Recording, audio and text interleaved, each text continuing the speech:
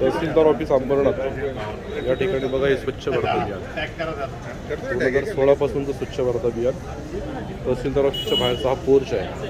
या पोर्चमध्ये मी सध्या उभा आहे. दुपारचे 12 वाजले. 12 वाजता असताना हा कचरा बघा तहसीलदार ऑफिसमध्ये. या ठिकाणी जे लोक पिचकारी मारून थुंकलेले आहेत त्याचा हा व्हिडिओ बघा.